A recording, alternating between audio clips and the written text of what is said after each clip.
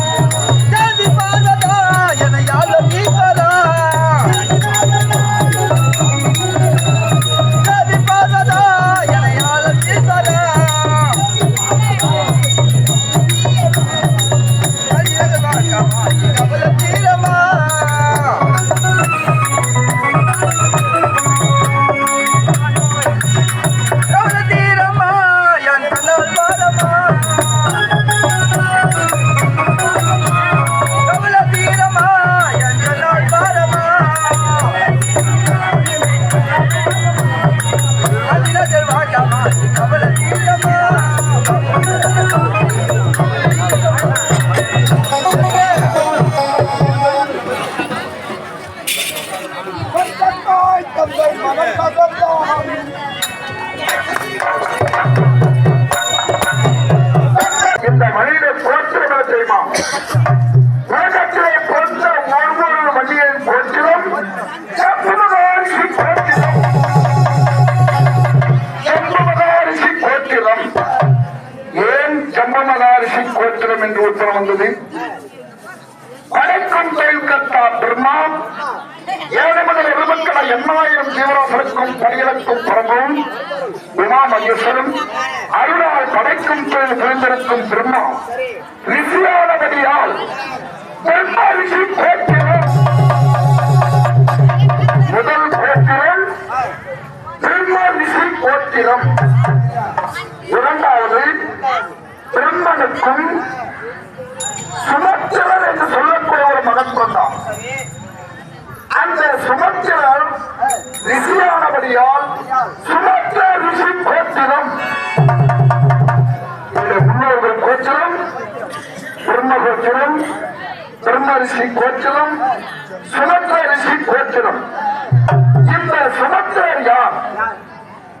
அந்த சுமத்திரர் எப்படி இந்த யாகசாலையில் நின்று மும்மூர்த்தி தேவர்களும் செய்ய முடியாத யாகத்தை செய்து முடித்தார் என்றால், சுமத்திரர் என்பவர் சுசில என்று சொல்லக்கூடிய பெண்ணை திருமணம் செய்து குழந்தை பாக்கியம் என்பது இல்லாமல் அனைத்து ஆலயங்களும் சென்று வழிபட்டுக் கொண்டிருந்தார்கள். சிவனே சிவனே என்று அவனே கெளிய நினைத்து செல்லும் தளத்திலே செங்கோட மன்னன் ஆட்சி காலம், செங்கோட மன்னன் ஆட்சி காலத்திலே அந்த நாட்டிலே செங்கோட மன்னன் மனைவியானவள் நிறை மாத கர்ப்பிணியாக இருக்கின்றார். யார் ஆட்சி காலம்? செங்கோட மன்னன் ஆட்சி காலம். அந்த செங்கோட மன்னன் ஆட்சி காலத்திலே தன்னுடைய மனைவி கர்ப்பவதியாக இருக்கும் போது மன்னர் சபையிலே இருக்கும் குலகுரு ஜோசியர் அழைத்து, என் மனைவி வயிற்றிலே பிறக்கும் குழந்தை இந்த நாட்டிலே எப்படி இருப்பான், நாட்டு மக்களை காப்பாற்றுவானா, அதர்ம வழியிலே ஈடுபடுவானா என்று கருவில் இருக்கும் குழந்தைக்கு ஜாதகம் கிடைத்தான் செங்கோட மன்னன். அப்படி செங்கோட மன்னன் ஜாதகம் கிடைத்த நேரத்திலே குல ஜோதிடர் நுழைத்தார். உன் மனைவி கர்ப்பத்திலே இருக்கும் குழந்தை ஒரு நாழிகை கழித்து இந்த மண்ணிலே பிறந்தால் நல்லவனாய் வாழ்வான், ஒரு நாழிகை முன்னதாக கர்ப்பத்திலே பிறந்துவிட்டால் இந்த நாட்டையே அழிக்க செய்வான் என்று குல ஜோதிடர் எடுத்துவிட்டார். கர்ப்பிணி பெண்ணானவள் மழை வருவதும் தெய்வத்திற்கு தெரியாது, அதேபோல் பெண்மகள் குழந்தை பெறுவதும் இறைவனுக்கு தெரியாது. இது இரண்டும் யாராலும் சொல்ல இயலாது. பார்த்தான் செங்கோட மன்னன் என்ன செய்தான் தெரியுமா? ஒரு நாழிகை கழித்து இந்த குழந்தை பிறந்தால் நாட்டை ஆழ்வான் என்று கர்ப்பிணி பெண் என்று பாராமல் கர்ப்பத்தோடு இருக்கும் பிரசவர்களை துடிக்கும் பெண்ணை தலைகீழாக கட்டி தந்துவிட்டார். செங்கோட மன்னன் கர்ப்பிணி பெண்ணை தலைகீழாக கட்டி தொங்கவிட்டான். பிரசவத்திலே துடித்துக் கொண்டிருக்கிறாள். ஒரு பெண்ணாக பிறந்தவள் தலைகீழாக கட்டி தொங்கவிட்டால் அவள் எப்படி பிரசவிக்க முடியும்? இதன் காரணம் ஒரு நாழிகை கழித்து குழந்தை பிறக்க வேண்டும் என்று அந்த பிரசவரையால் தலைகீழாக கட்டி தொங்கவிட்டவுடனே ஒரு நாழிகை கழித்து குழந்தையானது பிறந்தது. அந்த குழந்தை எப்படி இருந்தது? தலைகீழாக கட்டி தொங்கவிட்டதால் கீழே ஒரு முதுகம் மேல் நோக்கி சென்று அந்த குழந்தையின் முகத்தை ரத்தத்தால் முடியது. கோ என்றால் அரசன் என்று ஒரு விளக்கம், கோ என்றால் பசி என்று இன்னொரு விளக்கம். அரசனுக்கு மகனாக பிறந்ததால் அவன் உடம்பெல்லாம் செம்மை என்று சொல்லக்கூடிய ரத்தமாக இருந்ததால் அந்த குழந்தைக்கு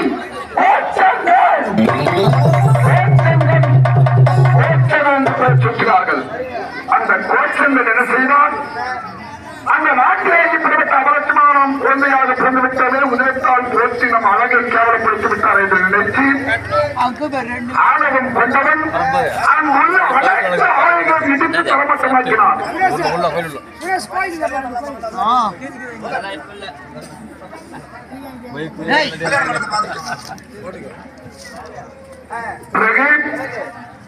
எப்படிப்பட்ட கோபத்தோடு என்ன செய்தான்?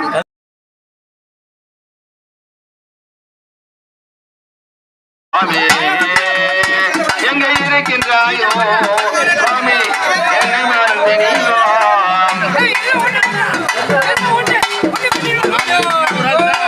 கல்பனை தேவை ஓட்டுங்களா? எங்க இருக்கின்றாயோ சாமி எங்க ஊரு நீங்க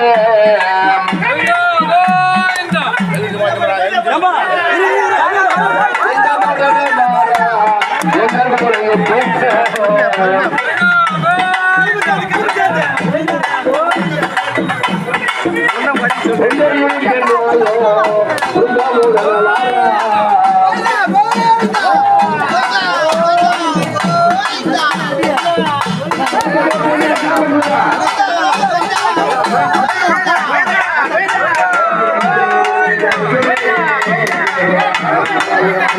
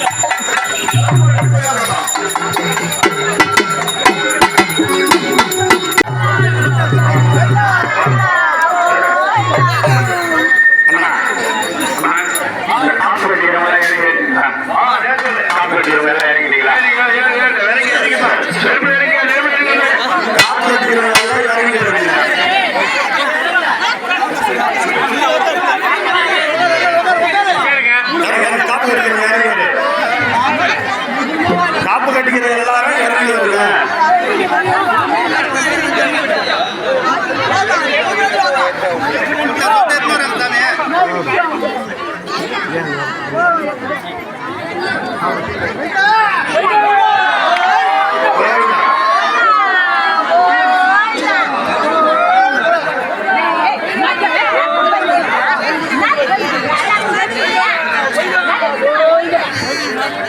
நான்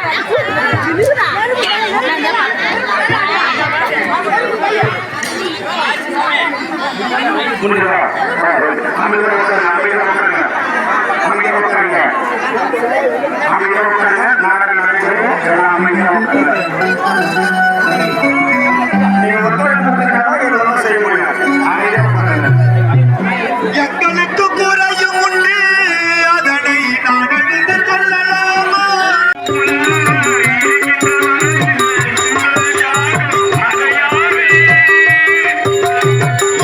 உள்ளவர் இருக்கின்ற வரைக்கும் எங்கள் யாரும் அழியாது.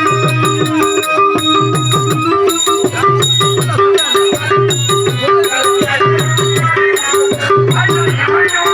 உள்ளவர் இருக்கின்ற வரைக்கும் எங்கள் யாரும் அழியாது.